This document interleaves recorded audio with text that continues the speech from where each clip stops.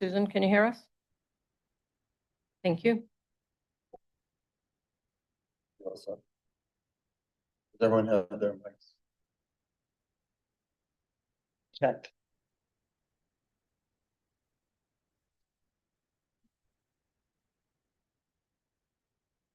So we'll go ahead and get started. Welcome to the June 9th, 2025 Town of Ithaca Board Meeting. We will start with the Pledge of Allegiance. Pledge allegiance to the flag of the United States of America, and to the republic which it stands, a nation, under God, indivisible, liberty and justice for all.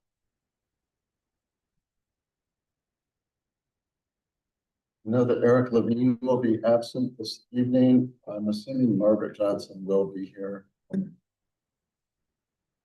As you can see, we have lots of public hearings, but we'll start to see if there are any members of the public who want to address us on an item for which the public. There's no one in the town board room, and I think that I recognize folks. So anyone want to address the board on a topic for which there is not a public hearing? Okay, we'll move forward. By the way, there have been some minor corrections made to materials. Everything on your desktop is a corrected version. They've all been. So I may forget to mention them as we go through materials. So the first, I'll open a public hearing regarding Ithaca Beer noise permit application for weekly music. And one of the changes was public hearing was on June 9th, not May 13th. And this is related to having music in the place between 6 and 8, June 11th through October 31st. You'll note the conditions should sound fairly similar. Conditions we've mentioned before, as are the findings that we've mentioned before. So are there any members of the public who would like to address the board on the weekly music series at Ithaca? Yes, Larry. No, I'm sorry, Rod. I wanted to speak on the third Saturday. Okay, so anyone else for the weekly music series? And we do have Amanda here from Ithaca Beer if there are any questions. So I'll close the public hearing for this at 5:33. Are there any questions about the weekly music series? I know in the past it had been on Wednesday evenings, so Thursday is a new day? Or just Yeah, we're doing Thursday. We did Thursday last year, and we're doing it again this year. Okay, thanks. Absolutely. Any other questions? Would someone like to move the resolution for the weeklies? I'll move it. And is there a second? I'll second. Rich? Any further discussion? All those in favor, raise your hand or say aye. Aye. Unanimous. And then moving on to the second. So this is the noise permit for the beer for their summer music series again. Public hearings today, tonight. And according to the application, this would be on the third Saturday of each month, June, just for September. So that's the other change that we made. The dates they gave were just through the end of September. The conditions and the findings are the same. I'll open the public hearing for this event. Are there any members who would like to address the board on this topic? Larry, is this the one you wanted to? Yeah, I don't know if you can hear me. I think I lost my internet connection. Can you hear me? Yes, we can hear you fine. Okay, I guess I lost my video. I just wanted to express my comment regarding, or to make it clear that the permit is for live performance activity and not going to extend in any way to include amplified canned music or recorded music. Why don't you finish your comments and then we'll see, are there any other comments you have? or you Well, that just was want- my only concern, was that the I mean, canned the- music was a kind of a bone of contention in the past, and I just wanted to make it clear that if this is strictly for live performances on those dates in that time frame, I have no objection to it. Thank you, Larry. Amanda? Thank to address that? Yeah, we do have the canned music that plays at a very, very low volume and it's off by 9 p.m. So there's no change there from what we've been doing. And the permit, I believe, is for the live music, though. Yes, Uh, correct. The third Saturdays of each month. Correct. Any other members of the public who would like to address us on this topic? Close the public hearing at 5:36. Bring the matter to the board. Any questions, comments about the weekly? That's Rich. So the only thing I flagged was that the permit is for 11 to 8 p.m., which seems to me to be a fairly wide window, considering that there will be 4 hours of usage there. And I think that, I don't know whether that's to provide the venue with some flexibility in terms of booking and logistics and things of that nature. But I wonder at a minimum whether we can require some kind of a notification per event indicating in advance when the music will actually take place, because carving out 9 hours seems like a kind of a moving target for folks in the neighborhood who might not want to, be involved, if you know what I mean. And I believe in the past, and Amanda, you can say if this is still true, that we asked at the Kabir, once you knew about an event, to make sure it's on your website so people would know, oh, it's going to be from 11 to 3 or from 4 to 8. So can you address the wide period, and do you put the final details on your website? The wide period is just for the fact that we're open during that time. That is our open time frame. And then we will be posting all events. We have everything pretty much scheduled. Actually, I think all of them are scheduled, so we can send a full calendar to you guys, as well as we'll have that up on our website. So if those events are scheduled, is there any reason why we couldn't incorporate those times into the permit now, so that although it may not make a difference, but I don't know if that would help the collaborative vibe between Ithaca Beer and the neighbors, or whether or not that's a non-issue. I don't live there, so I don't really know. But or do you know if residents normally check the website? Have they availed themselves? I guess this is a question for Larry, which is kind of unusual, but I mean, have you checked the website to sort of get a handle on specific event times versus these sort of wider windows? I have in the past, and frankly, I find it to be rather uninformative. Usually what it does is it redirects you to like a 154850 site, or a concert site or something of that nature. If they put it on the website, that'd be great. But I haven't found that to be particularly helpful in figuring out what's going on. So it looks like you're going to the website and you wish there was more definitive information. So Amanda, if that's something that you could make a note of and maybe do, I'd be more. Absolutely. Absolutely. I do believe that we've also shared a few of the dates with Visit Ithaca as well. So.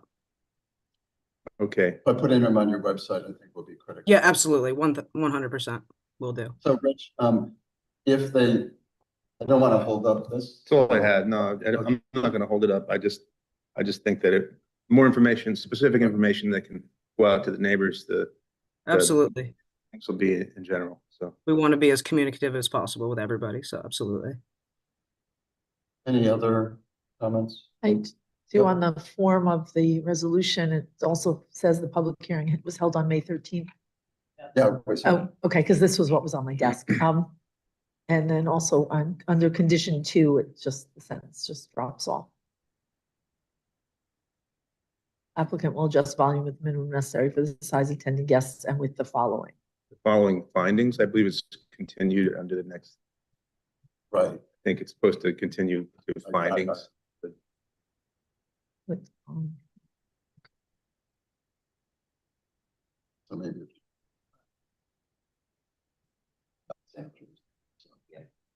Anything else from board members? All those in favor, raise your hand. What's that? Did we have a move in a Oh, second? would someone like to move? I'll second. Rich seconds. All those in favor, raise your hand or say aye. Aye. Unanimous. Thank you, Larry and Amanda, for your feedback and input. Thank Moving on to the next public hearing, I'll open the public hearing at 5:40.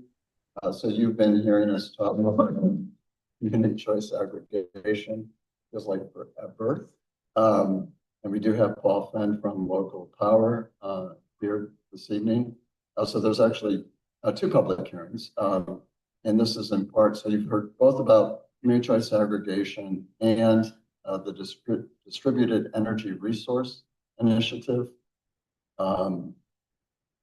And why there's two separate ones now is as we looked at the Public Service Commission comments and Susan Brock's advice, we separated these out more clearly into two separate laws, did some cleanup. So tonight, you basically have already approved these, but because we had separated them into two separate laws, it's coming back before the board. The city will be voting on this either this week or next week. I've lost track because they're obviously a partner in this. Well, what this will enable us to do is to really start education outreach. There will be very robust education and outreach. So this is an important point in this process. So I will open the, so this is for the first one, adoption of local law, deleting Town of Ithaca Code, Chapter 135, Community Choice Energy Program, and replacing it with a new Chapter 135, Community Choice Aggregation Program and Distributed Energy Resources Program. We have the resolution on your desk is a little simpler than what had been sent out to you. This is Seeker Type 2. I don't know, hopefully you remember that about a month ago, Hillary had developed a memo sort of updating you on CCA and R. So I'll first see if there are any members of the public who would like to address the board on this topic. Larry? Yep, thanks. I'm not sure if this is the right form or not. I was reading through the material and I had a question regarding the opt-out, opt-in aspects of it, and if that's appropriate, I'll just ask the question. If not, I'll quit. I'll leave the room. But if someone's already involved in a community solar scheme, is it required that they have to opt out of this new scheme, or how is that going to work if you're already involved with a community solar deal? Sure. And Larry, do you have any other comments? That's my only comment. So thank you. Thank Larry. you. Do you know the answer to that? We have an expert in attendance, don't we? So we're turned to Paul Fenn. So Paul, do you want to answer that question? Sure, I'd be happy to, Rod. Larry, the opt-out enrollment applies to customers who are receiving service from NYSEG. And so if you have a NYSEG supply, then you would be enrolled through an opt-out mechanism if you're a small commercial customer or a residential customer. If you already have a supply, such as might be attached to a community solar project, depending on that project, then you have essentially what would be called an ESCO supplier. and you would not be enrolled through an opt-out mechanism. So in that case, you would have to affirmatively choose to participate in the program. Thank you, Paul.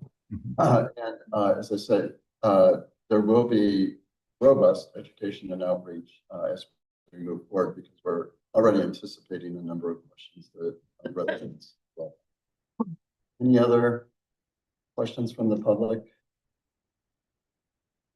I'll close the public hearing at 5:45 for this piece and bring it back to the board. Any questions or comments? You have a question? What's CCA? No.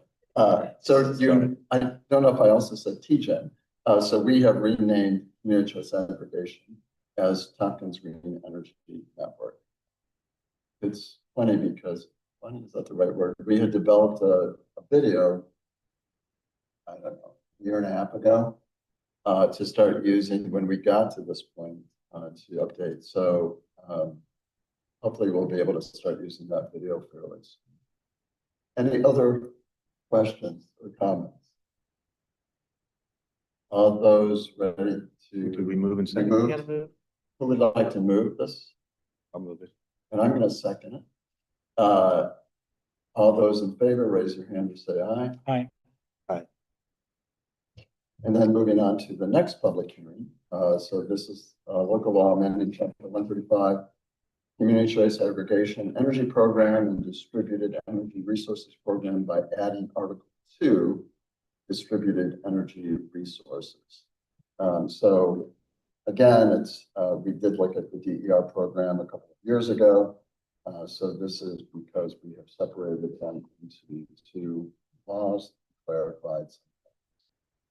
Any members of the public who want to address us on this aspect?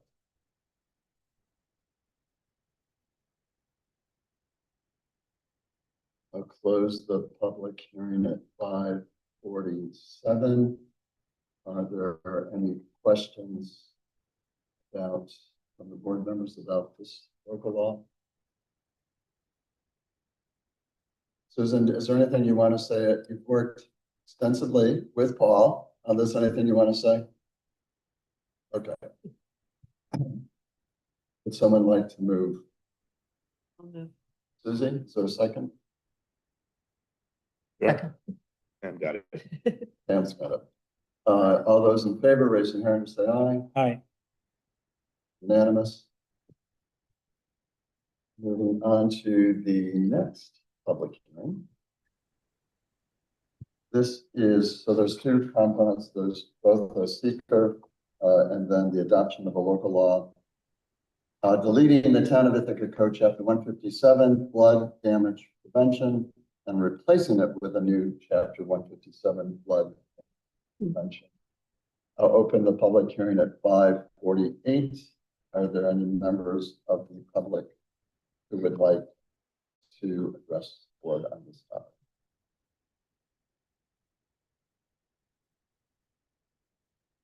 And we may have talked about this when we did the study session. Obviously, the planning committee had looked at this.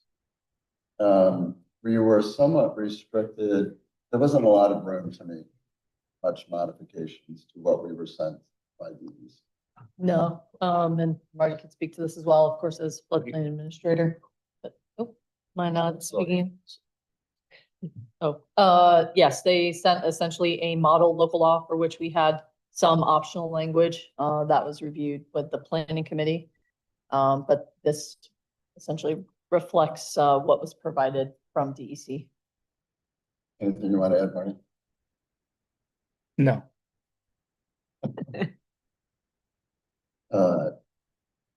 Not seeing any members of the public who want to address us on this, we'll close the public hearing at 5:49. So we'll turn first to the seeker adoption. Would someone like to move seeker resolution? I'll move that.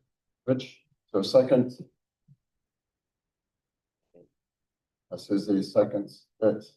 And obviously the form was included, the short environmental assessment form. Any questions about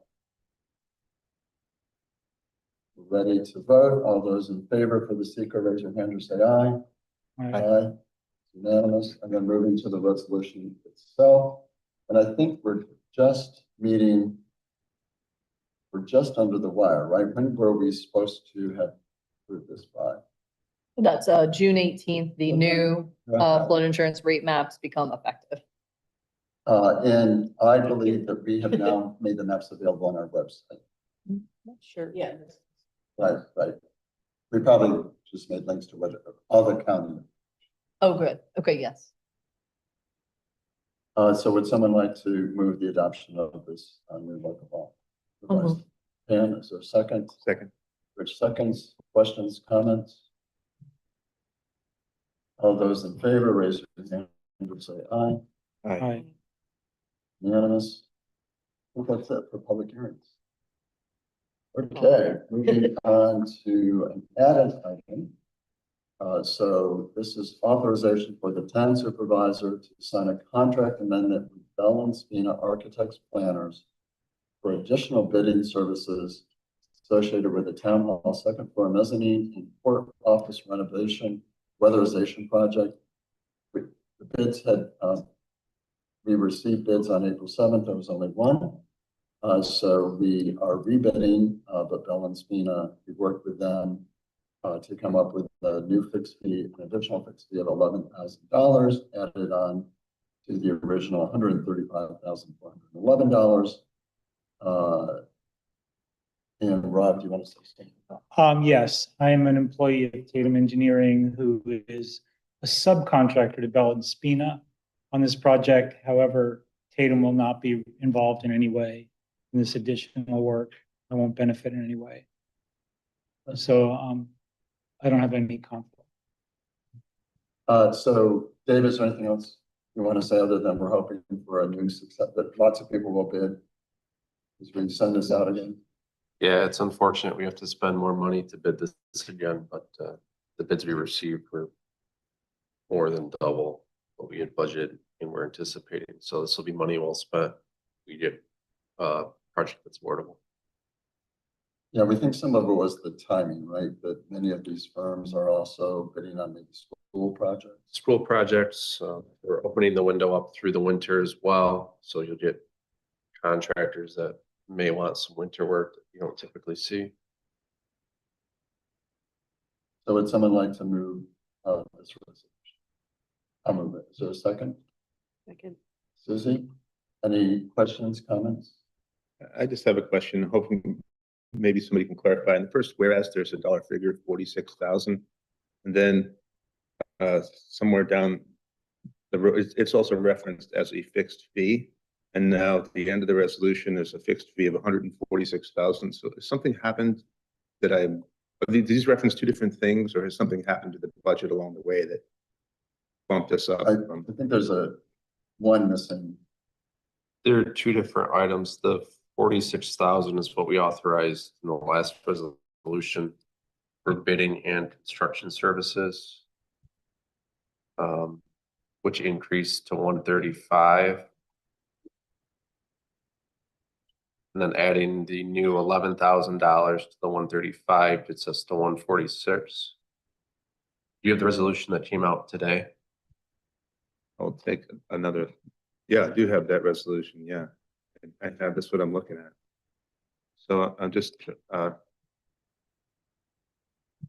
can't make it add up, but I think, Rich, the very first number in the first whereas is a one. I don't know if that's true either. Oh. But it's Well, close. But you're anyway, right. what did we originally expect the project to cost, and what does it cost now? Has there been like budget creep on this considerable? It's Was it- an 11,000 addition. Yeah, we I know did that. 4 contract amendments for this project. This will be the 4th. The 3rd one was for the original CEA services bidding.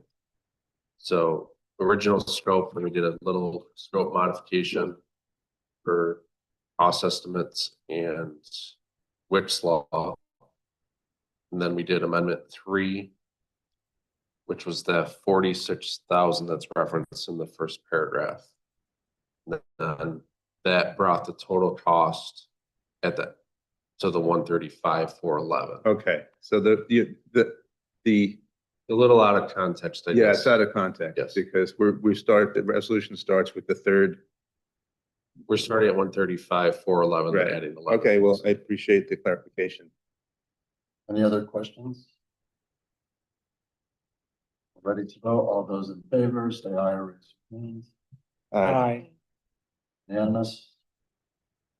Moving on to the next is a memo from CJ related to the resolution in support of Vision Zero, and then there's the resolution. So, CJ, without, obviously there's the memo, but you want to just say brief where it lies?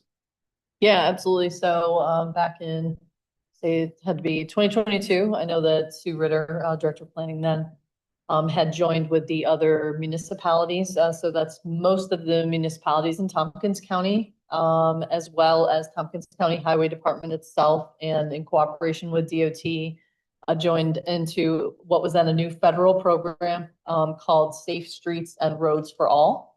The funds for planning grants that could eventually be used to parlay in implementation were pretty substantial, which was great. And City of Ithaca acted as lead applicant to essentially bring everyone together to go after that planning grant. The lead applicant, City of Ithaca Engineering, did select Cambridge Systematics, which you'll see there's a memo from them in there as well. And of course, they assembled the entire plan on behalf of all of the jurisdictions. But in short, this was an effort that had a pretty significant public engagement, including some meetings right here in this room, a number of virtual meetings, and as well as consultation with myself, Joe, and Dave, and the consultants essentially prepared a final plan for consideration and adoption by the municipalities, which also includes a Vision Zero aspiration. So that's essentially the idea that no human lives should be lost through essentially needless transportation deaths. So this complements the town's existing Complete Streets resolution, which was passed just over 10 years ago as well, and really supplements that vision. So yeah, in a nutshell, that's a very abbreviated version of a 3+ year initiative. So would someone like to move resolution? I'll move it. Emmett, second. Second. Susie seconds. So questions, comments? Rich? Just really comments, I guess, maybe potentially a question. There are references to, in the study and summary, to age-related traffic incidents. And I don't know, there's no definition for what constitutes an age-related incident, whether that just means that the driver was above or below a certain age, or whether there were actually any issues presumed to be related to their age that contributed to the accident. I'm sorry, I might not know where you're looking. I can for. point you to the, in the PDF, it's page 27. There's a Okay. table. There are a number of other references to age-related things and Yes, both youth as well as older folks as well. So we have my understanding from that, and I'd have to look carefully to find additional information for you. But my understanding is because we have a high youth population as a result of being home to academic institutions, that plays a larger role as well. I okay, don't know if that makes so that I understand that. It didn't really answer the question though, whether or not these are categorized just simply based on the age of the driver, or whether there are any issues, eyesight, cognitive decline, or anything of that nature that are presumed to be, It's strictly statistics on the age. sorry? It's just the age. Okay, so, okay, because I'm age related now, I see. I just want to, Okay. let you know that just because someone is, of a certain age doesn't mean they're a shitty driver. So, There's statistics. what's that? There's statistics. Well, there are, so I guess statistically I'm wrong. But anyway, it seems age-related doesn't really seem to be an appropriate term. That's all I'll say and leave it there. Any other questions about the resolution? What,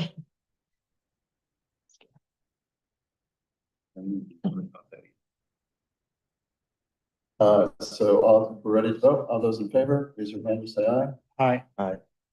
Unanimous. Okay, there's a memo from our student colleague, Rich Paulo, related to the, Rich, I'll just let you, I don't know what you want to highlight. Yeah, I mean, there was a memo. Most of it is in the memo. For those of you who aren't on the SJC or haven't been sitting in on management team meetings, I'll attempt to summarize what's happening at the wastewater treatment plant and how it might affect ratepayers. The plant, as many of you know, has been in operation for almost 40 years. A lot of the infrastructure is failing, and sort of over time, we've had this kind of $1 million Band-Aid approach, and rather than sort of hobble along in that mode, we decided to develop a capital improvement plan, and essentially a 30-year capital improvement plan that would deal with not only the aging infrastructure, but technological improvements and energy efficiencies, things of that nature. There was a plan that was developed by Barton and Judas that was estimated to cost roughly $50 million, which is already a hard-stopping number. And there was a preliminary meeting between stakeholders, DEC, Environmental Facilities Corporation. They facilitate grants for water quality improvement projects.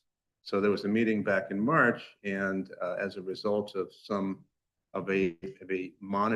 ammonia monitoring requirement that's in the current discharge permit, permit writer at DEC had suggested that we might need to, that they might be imposing a limit for actual permit limits for ammonia and nitrate rather.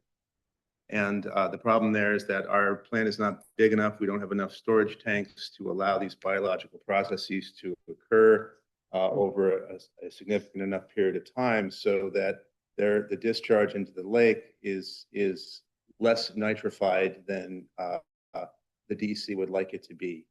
And so our engineers went scrambling and came back with a plan that added $150 million to the project. So we're hovering at around $200 million for a wastewater treatment plant redesign to meet a permit limit for nitrate that may or may not be applicable. So I guess at SJC, we decided to sort of tackle this on two levels. I mean, first of all, it's prohibitively expensive for ratepayers. It would, all but triple people's sewer rates immediately for the, foreseeable future.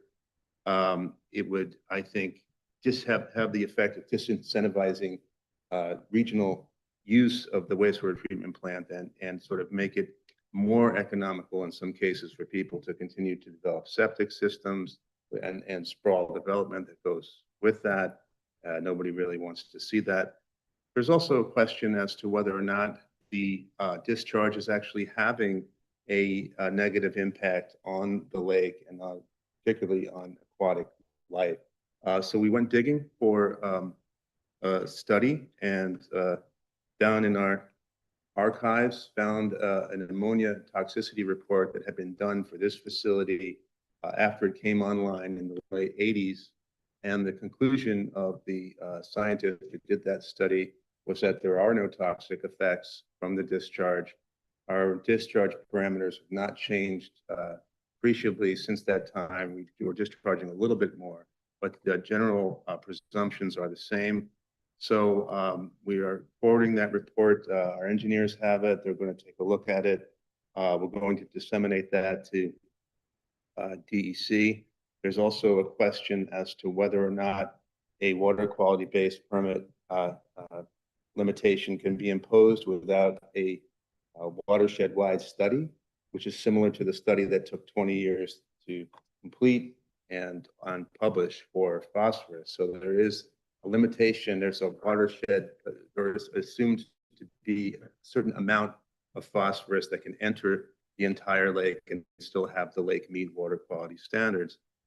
There are technical documents that more or less guide the development of these macro studies, and there's an indication looking at the document that the permit writers rely on to develop permit limitations for these individual constituents. There's an indication that it has to be done in conjunction with a TMDL study, and that has not been envisioned, has not been undertaken.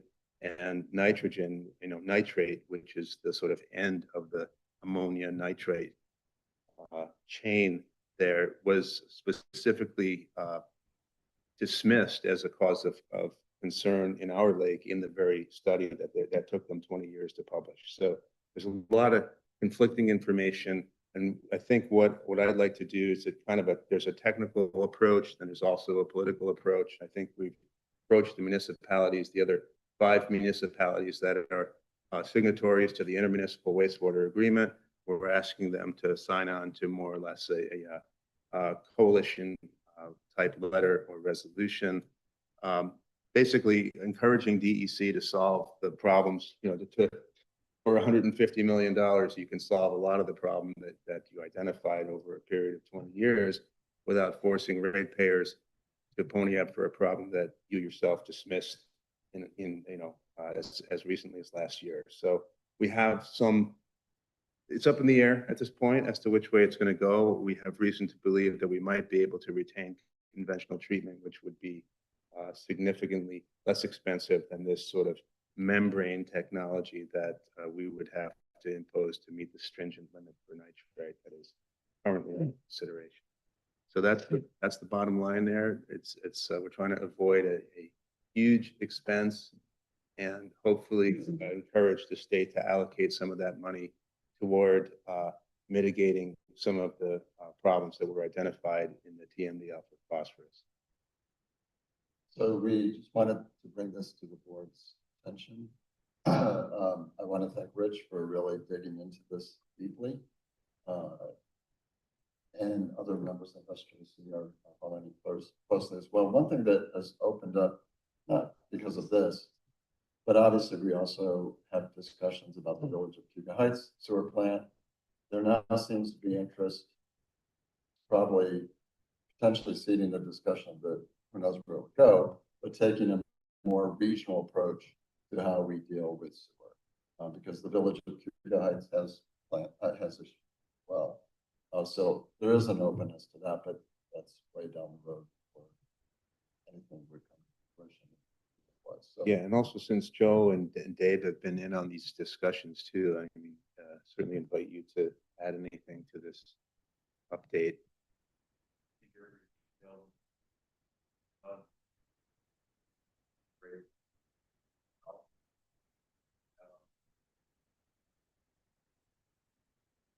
Dave, anything you want to add?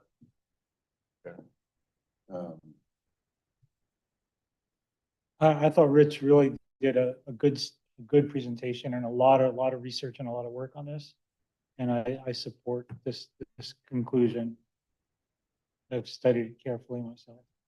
Yeah, we'll see where it goes. There's an SJC meeting this Wednesday, and there'll be a similar memo and template resolution for discussion at that meeting by members, and then we'll determine whether it's ready for prime time and how we want to proceed. But I think that we need to sort of present a united, sort of regional united front here, because obviously money is precious, and by all means, we love the lake. The wastewater treatment plant has voluntarily spent millions of dollars to mitigate for phosphorus long before the TMDL was published. So we love the lake, but we also love, we don't want to waste money solving a problem that is at most in a hyper-local area while the rest of the lake and watershed goes unaddressed. So Did you need to say anything about the PER? I mean, that it was kind of open-ended, all this information was in there. Yeah, I mean, there was a preliminary engineering report that Barton and Lucius published and sent to Environmental Facilities Corporation in order to get in the funding cycle for next year. It had to be in by a certain period of time, and addressed, investigated a few different scenarios. The problem as it currently exists is that the biological process that converts ammonia to nitrate requires bacteria that essentially just go to sleep in January and February because it gets too cold. So there's a sort of a intermediate modification that was considered that is still potentially under consideration to add a couple of the storage tanks. It would lengthen the retention time and allow for us to get further down the road in terms of nitrification. And that might, that in combination with the study, that quite a comprehensive study that was done in the late 80s, might be enough to convince DEC that taxpayer money would be better spent elsewhere. Anything else? Okay, so stay tuned. We'll be talking about this. Moving on to the consent agenda. Someone like to move the consent agenda? Move it. Is there a second? Sam seconds. All those in favor, raise your hand and say aye. Aye. Unanimous. Report of town officials. Which you want to hold up the PERMA award? Judy? Wait, someone has to sing this theme from 2001. Judy, I know we've talked about this before, but do you want to just say something about the PERMA award?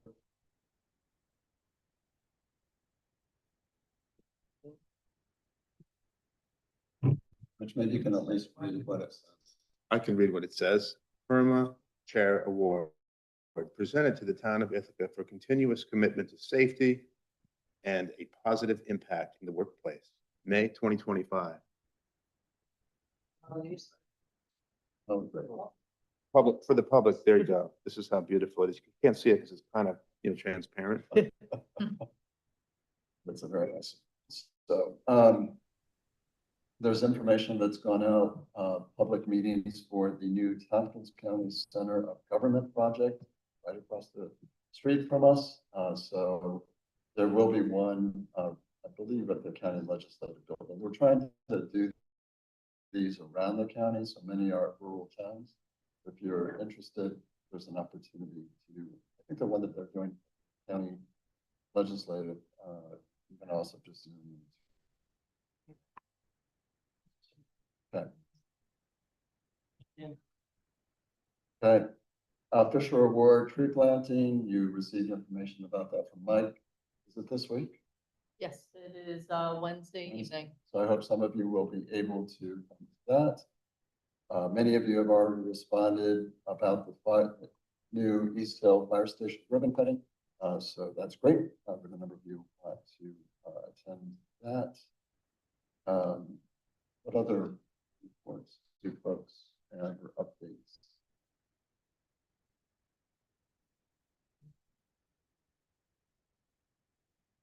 Was there correspondence?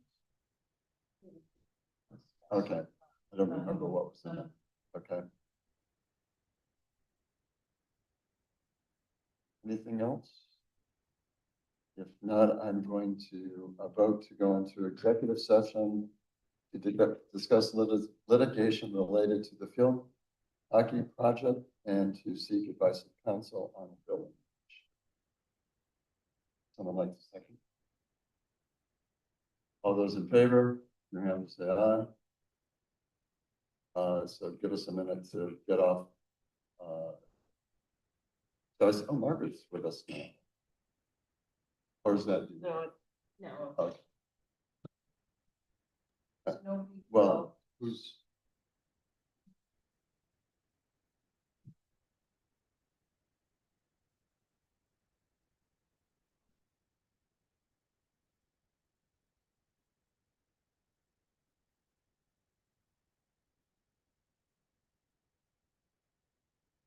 And we're not recording It's still recording. It's still on YouTube.